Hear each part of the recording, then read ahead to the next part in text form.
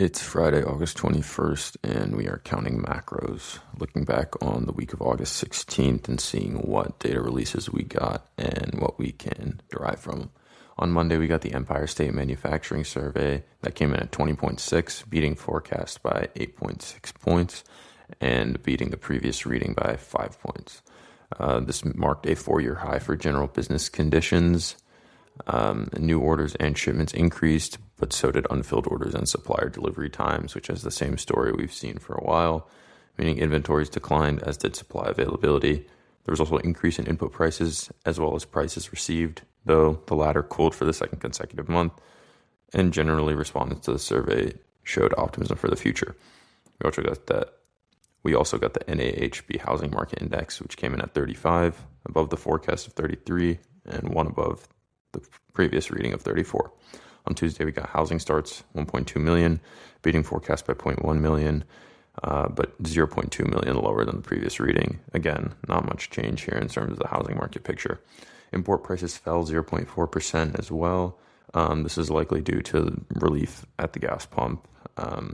Prices for non-fuel imports increased 0.4%, however, and year-over-year non-fuel import prices rose 4.5%, which is the highest since June 2022. Still seeing some import price increases outside of just the obvious fuel that you can attribute to the Middle East conflict. Industrial production rose 0.2% month over month.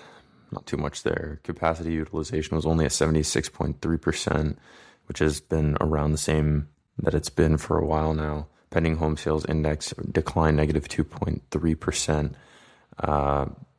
This is less of a decline than last month, but still no expansions and no increases in pending home sales.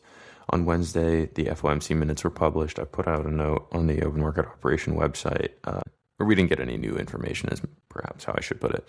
On Thursday, we got the Philly Fed Business Outlook Survey, which read at 47.5, crushing the forecast of 25. And coming in at 6.1 index points greater than the previous reading. Weekly jobless claims were at 206,000. So again, bit of a mean reversion. We saw weekly jobless claims go as low as 187,000, I think about 4 weeks ago. Now we're seeing it trend back towards the moving average. We also got leading indicators, 0.2%. Forecast was 0.1%. Is, nothing terribly groundbreaking here. This morning we got the S&P Flash Services and Manufacturing PMI. Two different stories here. The manufacturing PMI hit a 5-month low, index coming in at 53.2. This was largely driven, like we saw in the Empire State Manufacturing Survey, reduced inventory building and supply delays.